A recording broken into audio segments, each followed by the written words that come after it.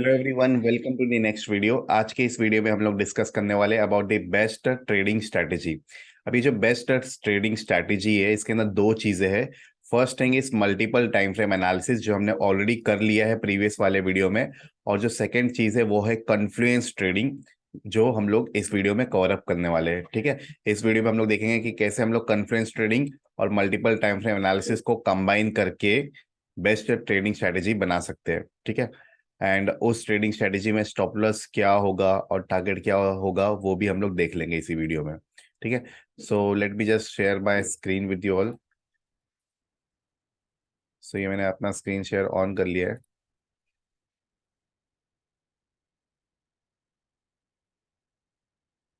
Trading भी on कर लेते हैं।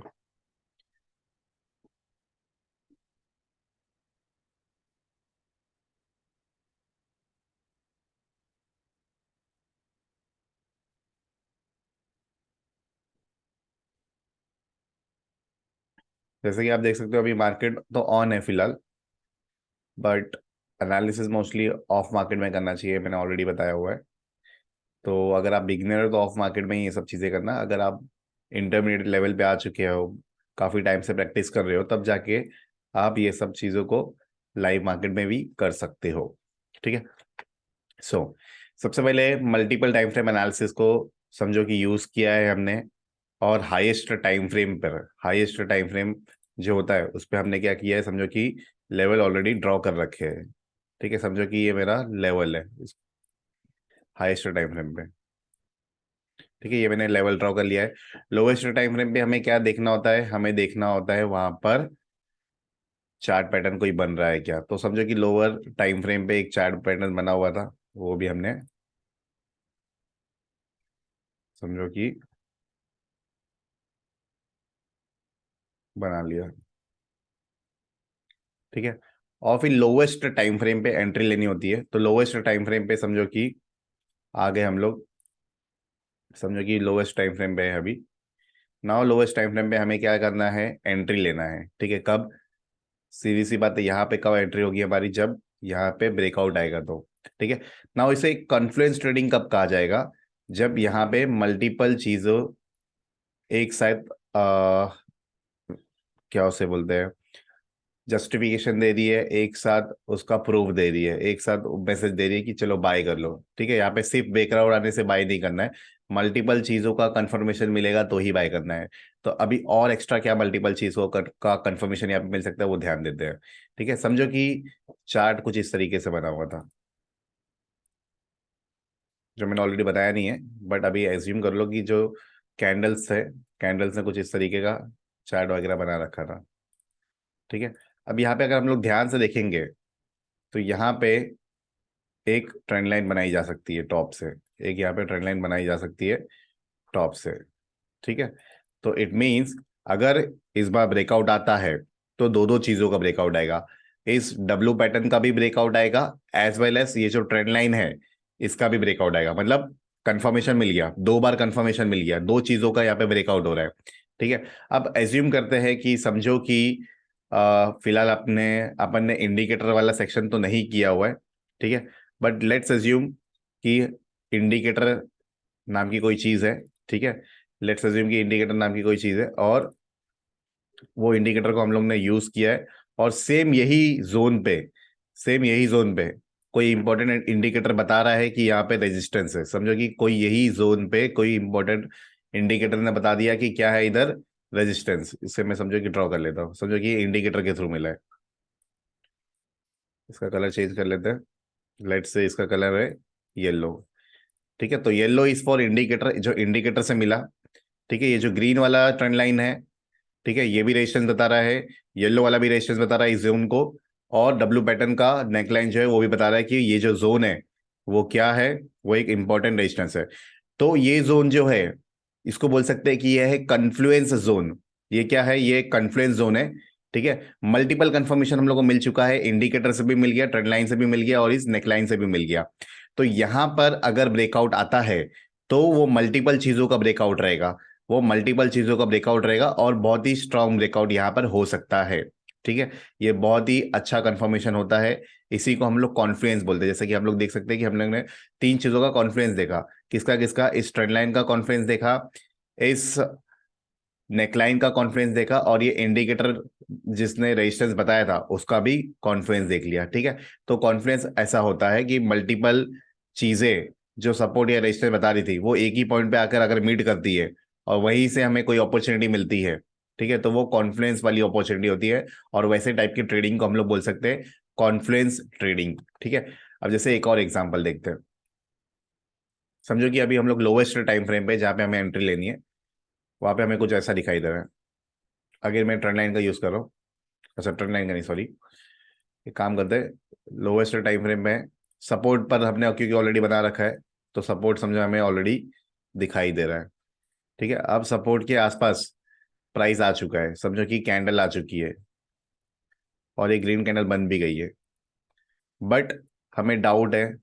ठीक है, डाउट आ रहा है, थोड़ा सा हेजिटेंसी है, क्योंकि मल्टीपल कंफर्मेशन अभी तक नहीं मिला है। मल्टीपल कंफर्मेशन अभी तक नहीं मिला है। ठीक है, समझो मान लो कि यहाँ पे कोई चार्ट पैटर्न का ब्रेकआउट नहीं था, यहाँ पे कोई भी चार्ट नहीं थे।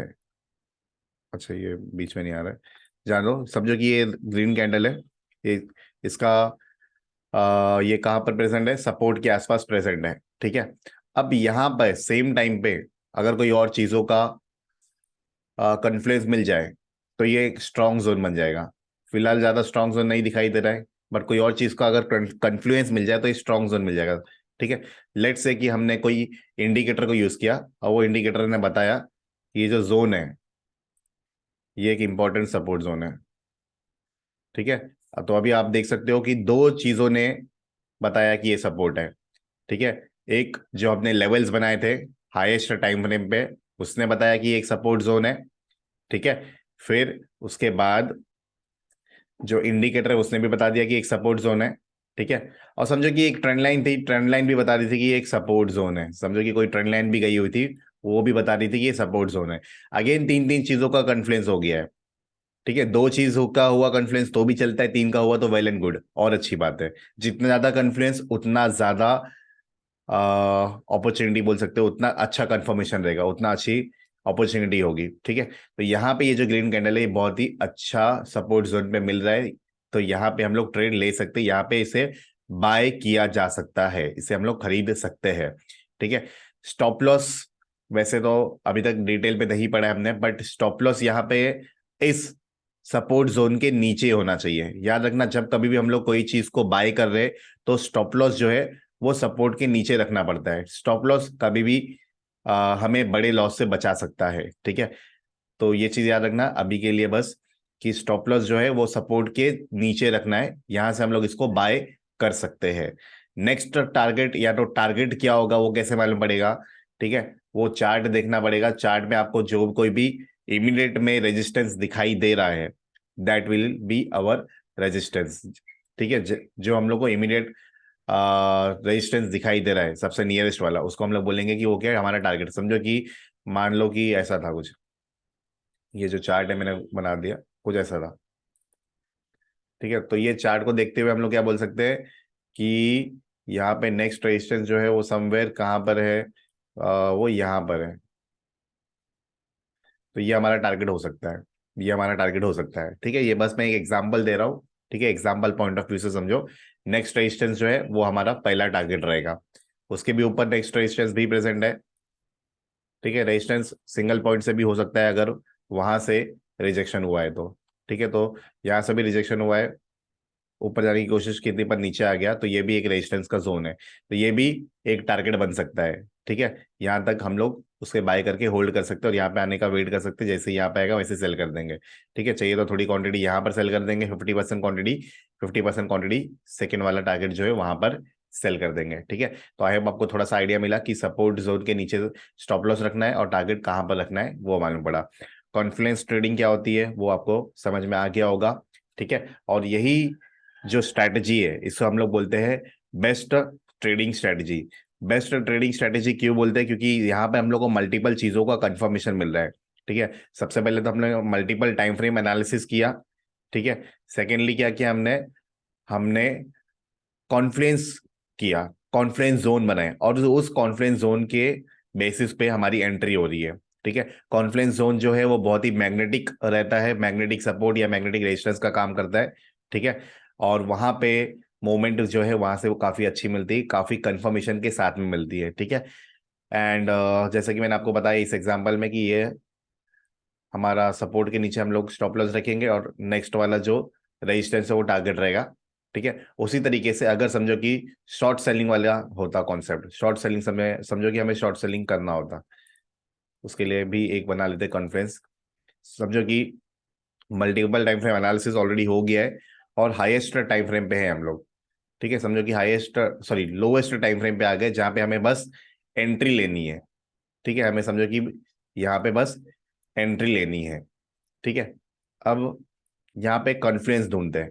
ठीक है, कॉन्फ्रेंस वैसे तो हायर टाइम फ्रेम या हाईएस्ट टाइम फ्रेम पे भी ढूंढा जा सकता है, बट बेस्ट होता है कि जिस टाइम फ्रेम पे आप एंट्री लेने वाले हो वहां पे कॉन्फ्रेंस ढूंढ लो।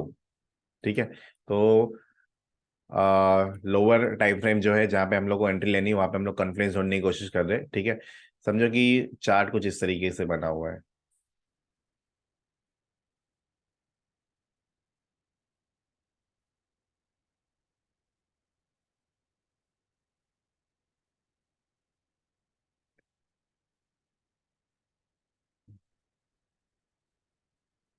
हम्म, ये चार्ट बना लिया मैंने।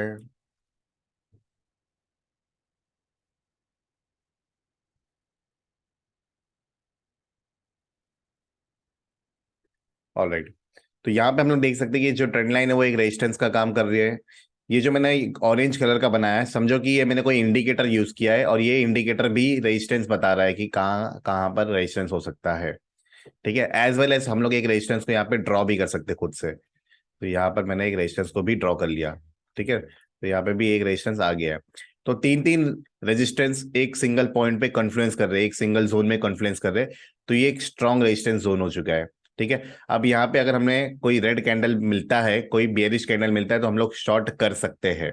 अगर हम लोग शॉर्ट कर रहे हैं तो हमारा जो स्टॉप लॉस होगा वो इस रेजिस्टेंस के ऊपर होगा। याद रखना, बाय करने के टाइम पे सपोर्ट के नीचे था और सेल करने के टाइम पे रेजिस्टेंस के ऊपर रहेगा हमारा स्टॉप लॉस। हमारा जो स्टॉप लॉस है वो रेजिस्टेंस के ऊपर रहेगा। टारगेट क्या होगा, इमीडिएटली जो फर्स्ट सपोर्ट दिखाई दे रहा है वो टारगेट रहेगा। तो फिलहाल यहाँ पे फर्स्ट सपोर्ट यहीं पे दिखाई दे रहा है, तो ये हमारा फर्स्ट टारगेट रहेगा। यहाँ पे हम लोग 50% एग्जिट मार देंगे, बाकी 50% होल्ड करेंगे नेक्स्ट टारगेट के लिए। जो नेक्स्ट सपोर्ट दिखाई देता है इस चार्ट के ऊपर वो हमारा नेक्स्ट टारगेट रहेगा। ठीक है, सो दैट्स इट, ये हो गई कॉन्फ्लुएंस ट्रेडिंग। आपको और भी चार्ट देखना है तो आप गूगल पे जाके देख सकते हो, कॉन्फ्लुएंस ट्रेडिंग के बहुत सारे आपको चार्ट मिलेंगे और थोड़ा अच्छे समझ में आएगा। ठीक है, एंड ऑब्वियसली हमारे फेसबुक ग्रुप पे हम लोग जो डेली पोस्टिंग करते हैं तो वहां पे देख सकते हो हम लोग ज्यादा से ज्यादा कॉन्फ्लुएंस ट्रेडिंग पैटर्न वाले चार्ट्स को, जो वो भी प्राइस एक्शन कॉन्फ्लुएंस को मैच कर रहा है, जिसके अंदर कॉन्फ्लुएंस हो रहा है, जो भी प्राइस एक्शन में कॉन्फ्लुएंस हो रहा है उसी को हम लोग मोस्टली पोस्ट करते हैं। तो वहां से भी आप रफली एक आइडिया ले सकते हो। ठीक है, so that's it for this video. मिलते हैं नेक्स्ट वीडियो में जहाँ पे हम लोग डिस्कस करने वाले हैं कि कैसे हम लोग अपना फर्स्ट ट्रेड ले सकते हैं और आगे का हमारा क्या प्लानिंग रहेगा। ठीक है, और एक मिनट मैं ये थोड़ा बता देता हूँ।